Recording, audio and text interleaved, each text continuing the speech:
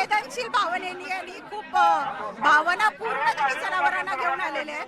तर त्यांना आता समजून सांगितलेलं आहे की कायद्यानुसार त्यांना आतमध्ये घेता येणार नाही.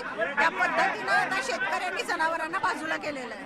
खरं तर हा मोर्चा असताना या ठिकाणी अध्यक्षांनी निवेदन स्वीकारणं गरजेचं होतं, मात्र अध्यक्ष आहेत अध्यक्ष परदेश दौऱ्यावरती आहेत असं कळतंय. त्यांचा उरलेला परदेश दौरा ते पूर्ण करायला गेलेले आहेत असं समजलं आम्हाला वृत्तपत्रातून. बाकीचे सगळे संचालक इथे उपस्थित आहेत म्हणतात. तर आता सगळे दूध उत्पादक संस्था प्रतिनिधी पण आहेत. तर सगळ्या संचालकांनी पुढे येऊन सांगावं जे कोणी याच्या समर्थनात. यापूर्वी एमडीने जे सांगितलं खुलासा केला की डिबेंचरच्या बाबत आहे ते ताळेबंद झालेलं आहे आणि परत येणं शक्य नाही, काय वाटते मग याबाबत? बरोबर आहे. गेले 30 वर्ष डिबेंचरची रक्कम कपात केली जात होती, पण हे फक्त अर्ध सत्य त्यांनी सांगितलं. त्याचबरोबर त्यांनी हेही सांगणं गरजेचं होतं की ही रक्कम फक्त 10% कट केली जात होती, जेव्हा की मधले 3 वर्ष तर अजिबात माडिक साहेबांच्या काळामध्ये सत्तेच्या काळामध्ये 3 वर्ष 1 रुपया सुद्धा डिबेंचर कट केलं नव्हतं. त्या पद्धतीनं जर आज संस्थेला एवढा फायदा झालेला आहे, एवढ्या त्यांच्या ठेवी वाढलेल्या आहेत, तर त्यांना इतक्या मोठ्या प्रमाणात कपात करण्याची गरज नव्हती. आता हे प्रशासन जास्त चांगल्या पद्धतीनं सांगू शकेल. आम्हाला तीच अपेक्षा आहे की हे असं का केलं, हा जो यांचा प्रश्न आहे तो प्रशासनाने त्याचं उत्तर द्यावं.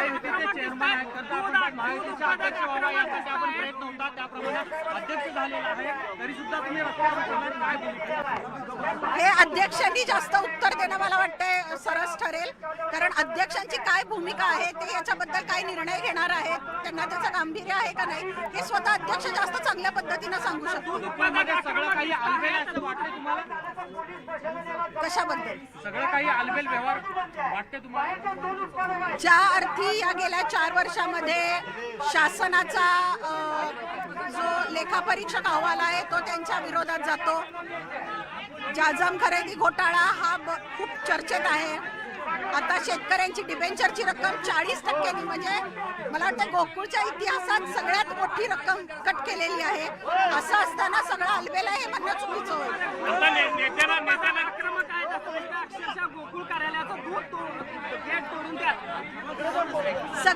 सगळ्यात महत्वाचं आहे की गेट तोडून कोणी आत आलेलं नाहीये. शेतकरी आहे, संवेदनशील आहे, त्याच्या भावना समजून घ्या.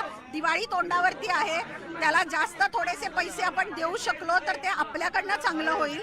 त्यांचा उद्देश फक्त त्याच्या 2च मागण्या आहेत, बाकी काही नाही. आणि इथं मला तुम्हाला सांगायचं आहे, इथे शेतकरी दूध उत्पादक आहे, संस्था प्रतिनिधी आहेत आणि जे कोणी या कार्याला सपोर्ट करतायत अशी लोक सुद्धा आलेली आहेत. मोर्चाला गालबोट लागलेला आहे, पोलिसांना धक्काबुक्की मोठ्या प्रमाणात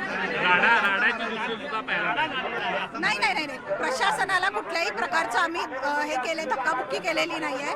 जनावरं इथे आली होती, जनावरांना बाजूला करताना थोडंफार काही झालं असेल, पण आम्ही ते समजून सांगितलेलं आहे जनावरं बाजूला ठेवा, जनावरांना काही होता कामा नाही. काय माहिती, आता मी जाऊन बघते कोण कोण आले, त्यांना बाहेर घेऊन. मॅडम, सतेज पाटील आणि हसन मुश्रीफ यांनी दूधसंघ योग्य चालवलं वाटतंय काय, आणि शेतकऱ्यांच्या बाबत ते संवेदनशील वाटतात का? आता हे शेतकऱ्यांनी सांगावं. गेल्या 12 दिवसात एकही मीटिंग झालेली नाहीये किंवा याच्यावरती फक्त एमडी टेक्निकल गोष्टी सांगतायत. त्याच्यापेक्षा मला असं वाटतंय की 4 प्रतिनिधी बोलवून याच्यावरती एक सुवर्ण मध्य काढणं प्रशासनाने आणि संस्था प्रतिनिधींनी गरजेचं होतं. त्या पद्धतीनं प्रतिनिधी माझ्याकडे आलेत आणि मी शक्यतो तोच प्रयत्न करेन. हा निर्णय मागे नाही घेतला तर पुढे काय असणार, दिशा काय असणार आहे? हा निर्णय त्यांनी मागे नाही घेतला तर, पण आज तर मी वर्तमानपत्रातनं वाचलं की ते विचार करतायत की वसुबारसच्या दिवशी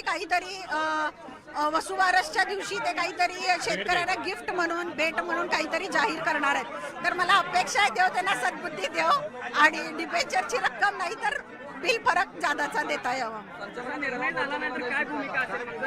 आज जर इतकं सगळं होऊन देखील जर प्रशासन काम असणार असेल, अशी जर त्यांची भूमिका असेल तर मग काय? या मोर्चामध्ये सहभागी होण्यासाठी मला दूध संस्थावाल्यांनी निमंत्रण दिलं होतं, त्यांनी निवेदन दिलं होतं त्या बाबतीत. त्यामुळे त्यांना ठरवूनच पुढची दिशा मी क्लिअर करेन. अजून एक शेवटचा प्रश्न, मी आणलं हे मी हे बघा, बघा, पहिली गोष्ट तर हा मोर्चा मी स्वतः घडलेला नाहीये. दुसरी गोष्ट, मी गोकुळच्या विरोधात उठलेली नाहीये. लोक माझ्याकडे निवेदन घेऊन आली, त्यांना पाहिजे होतं मी त्यांच्या सोबत यायला, मी त्यांच्या सोबत आहे. मी कुठल्याही प्रकारे महायुतीत खडा टाकलेला नाही.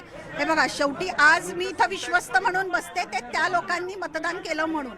आणि जर आज जर मलाच त्यांच्या कुठल्या गोष्टीची जर काळजी नसेल तर मला विश्वस्त म्हणून घेण्यात काही रस नाही. आगामी निवडणुकीच्या दृष्टीने हा पहिले पाऊल आहे असं म्हणावं लागेल का शेतकऱ्यांच्या दृष्टीने निर्णय घेण्याचं?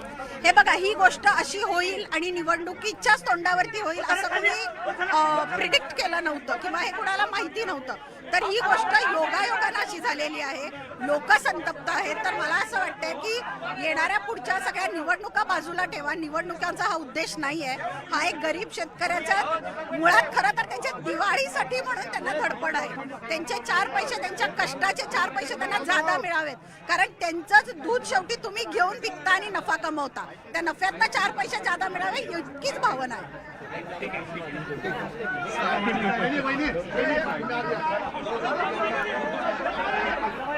तर आपण पाहतोय गोकुळ दूध संघामध्ये आता वातावरण तापलेलं आहे.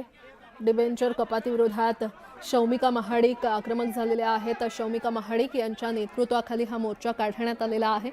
गोकुळ दूध संघाचं वातावरण तापलंय. गोकुळ दूध कार्यालयावर दूध संस्था प्रतिनिधींनी हा मोठ्या संख्येनं मोर्चा काढलेला आहे. गेल्या 12 दिवसात एकही बैठक झालेली नसल्याचं शौमिका महाडिक यांनी म्हटलेलं आहे आणि प्रशासनाला धक्काबुक्की केलेली नसल्याचं देखील शौमिका महाडिक यांनी नुकतंच पत्रकारांशी बोलताना म्हटलंय.